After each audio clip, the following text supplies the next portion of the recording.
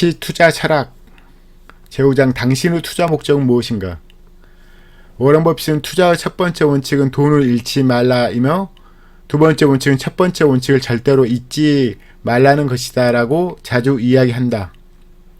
나 또한 모든 투자자들의 가장 중요한 목적이 손실을 보지 않는 것이라고 믿어 의심치 않는다. 이 원칙이 투자자들이 어떠한 종류의 리스크도 발생시키지 않는 것을 뜻하는 것은 아니다. 돈을 잃지 말라는 것은 투자 포트폴리오가 수년 동안 원금의 상당한 손실에 노출되어서는 안 된다는 것을 뜻한다. 우리 모두에게 잠재해 있는 투기적인 성향은 매우 강하다. 특히 다른 사람들이 이미 누리고 있는 것처럼 보이면 많은 투자자들의 공짜에 대한 기대감은 커진다. 다른 사람들이 탐욕스럽게 이익을 찾고 당신의 브로커가 따끈따끈한 신규 상장 주식에 대해 전화로 떠들어댈 때 잠재적 손실에 집중해서 생각하기란 어려운 일이다. 이따금 손실 회피 전략은 최근의 틀에 박힌 시장 인식으로 보면 이상해 보일지 모른다. 오늘날 많은 이들이 위험이 주식을 보유하는 데서 생기는 것이 아니라 가지고 있지 않은 데서 더 크다고 생각하는 듯하다. 이런 생각의 연장선에 있는 것이 주식이 과거에 그랬던 것처럼 장기적으로 채권이나 현금보다 좋은 성과를 낼 것이라는 점이다. 인덱스 투자가 이런 관점을 입증하는 증거다. 많은 기관 투자자들이 항상 주식을 가득 담고 있는 경향이 있다는 것이 또 다른 증거다. 이 개념에 진실한 요소가 하나 있기는 하다. 주식은 장기에 걸쳐 채권과 현금보다 좋은 수익률을 올려왔다. 현금 흐름과 만기가 없기 때문에 주식은 태생적으로 채권보다 더 위험하다고 여겨졌고 기업 재무 구조에서 후순위로 여겨졌다. 하지만 특정 투자 대상의 실질적인 위험은 과거의 데이터로부터 결정되는 것은 아니다. 이에 대한 더 깊이 있는 논의는 7장으로 넘길 것이지만 실제 위험은 지불한 가격에 좌우된다. 자본구조상 지분으로부터 발생되는 손실의 위험은 더 높은 가격을 지불함으로써 심화된다.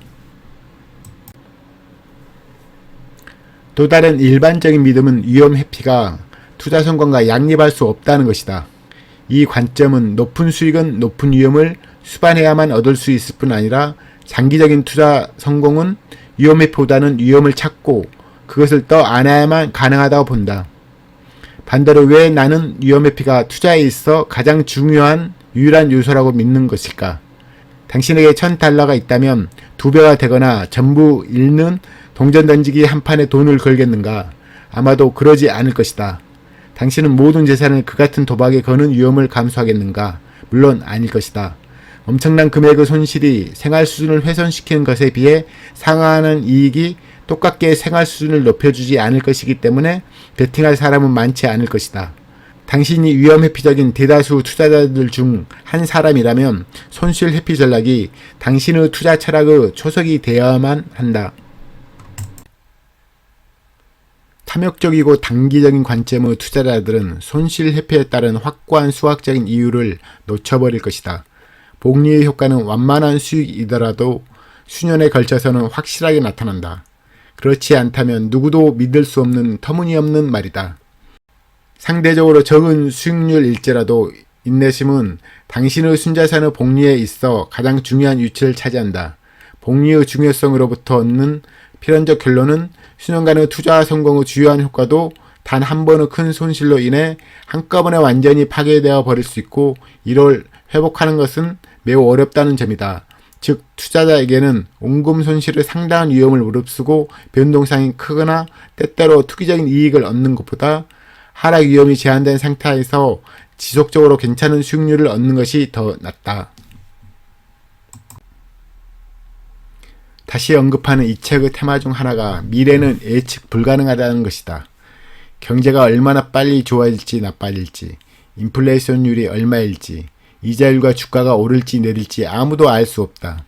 지속적으로 손실 회피를 꾀하는 투자자들은 어떤 환경에서도 살아남아 번영할 수 있도록 포지션을 취해야만 한다. 불행이 당신을 찾아올 수 있으며 실수도 하게 될 것이다.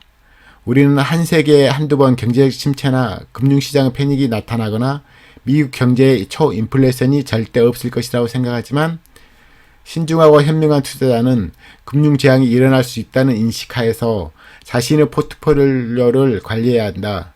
필요하다면 투자자들은 단기의 이익을 기대되지 않거나 예측 불가능한 재난에 대한 보험료라고 치고 욕심부리지 않고 지나쳐 버릴 수 있어야 한다.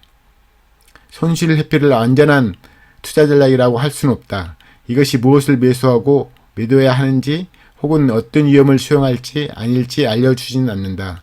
손실 회피 전략이 투자자들로 하여금 포트폴리오 전부나 절반을 미재무부 채권이나 상당한 양의 금괴를 보유해야 한다는 것을 뜻하지는 않는다. 대신에 투자자들은 세상이 기대 밖으로 또는 급격하게 변할 수 있다는 것을 알아야만 한다. 미래는 현재나 가까운 과거와 완전히 다를 것이다. 투자자들은 어떠한 사건에도 준비되어 있어야만 한다. 많은 투자자들이 특정한 수익률을 얻는 것을 투자 목적으로 설정하는 우를 범한다. 불행히도 목표 설정만으로는 그 수익률을 얻지 못한다. 게다가 수익률을 얼마로 정하더라도 달성하는 것은 요원해질 것이다. 연간 15%를 얻는 것을 원한다고 언급하는 것이 어떻게 그 수익률을 달성할 것인지를 알려주지는 않는다. 투자 수익률은 당신이 얼마나 오래 열심히 일하느냐 또는 당신이 얼마를 벌기를 바라는가 하는 것과 직접적인 함수관계에 있지 않다. 투자자는 더 열심히 생각하고 초과 근무를 한다고 더 높은 수익을 얻는 것은 아니다. 모든 투자자들이 해야 할 일은 지속적으로 엄격한 접근법을 훈련하고 따르는 것이다. 시간이 지나면 자연스레 수익이 따라올 것이다. 투자 수익률을 목표로 정하는 것은 투자자들을 하락 위험보다는 상승 가능성에 초점을 맞추도록 만든다. 증권 가격의 수준에 따라 투자자들은 미리 설정된 수익 목표를 충족시키는 데 필요한 상당한 하락 위험의 발생에 직면해야만 한다. 주식은 높은 등급의 채권이 주는 현금 흐름처럼 확실한 수학적인 구성력은 없다. 예를 들면 주식은 만기나 만기의 가격이 없다. 더구나 주식의 가치는 해당 기업의 성과에 궁극적으로 달려있기 때문에 주식 보유 가능한 수익은 꽤나 모호하다. 특히 주식의 보유자는 기업으로부터 현금을 받지도 않는다. 아마도 시장이 기업의 펀더멘털 개선을 가격의 반응에 따른 추가 상승으로부터 수익만 얻을 뿐이다. 따라서 투자자들은 미래의 주가를 예측하여 주식 투자를 통한 수익을 예상하는 경향이 있다. 주가는 예측 가능한 경향을 띠며 오르지 않고 시간에 따라 불규칙하게 변하기 때문에 어떠한 예측도 가능하고 정당화될 수 있다. 따라서 미래의 주가 예상치를 조작함으로써 일정 부분 요구되는 수준의 수익을 얻는 것을 예측하는 것도 가능한 일이다. 그러나 장기적으로 주가도 채권보다는 느슨하겠지만 해당 기업의 성과에 연동된다. 현재 주가가 기초자산 가치에 의해 보장되지 않는다면 주가는 결국 떨어질 것이다. 과도하게 낙관적인 가정에 기초한 가격에 매수한 사람들은 손실을 보고 말 것이다. 투자자들은 탁월하고 합리적인 수치일지라도 요구되는 수익률을 목표로 정하는 것보다는 위험을 목표로 삼아야 한다. 재무부 채권은 무위험 투자에 가장 가까운 것이다. 그래서 재무부 채권의 이자율이 무위험 이자율로 여겨진다. 투자자들은 언제라도 모든 포지션을 재무부 채권으로 채울 수 있는 선택권을 가지고 있기 때문에 위험이 있는 투자 대상에는 무위험 대안보다 상당히 더 높은 수익을 기약할 수 있을 때에만 투자되어야 한다. 이것이 재무부 채권에 대한 투자 선호도를 표현한 것은 아니다. 오히려 더 우월한 대안들에 완전히 투자한 것이 낫다. 그러나 위험이 부과된 대안들은 수익이 위험을 완전히 보상할 수 있을 때에만 우월한 것이다. 대부분의 투자 접근법은 수익에 비해 투자하는 실질 위험의 평가나 손실의 회피를 중요하게 여기지 않는다. 내가 아는 유일한 위험 고려 방법은 가치 투자이다.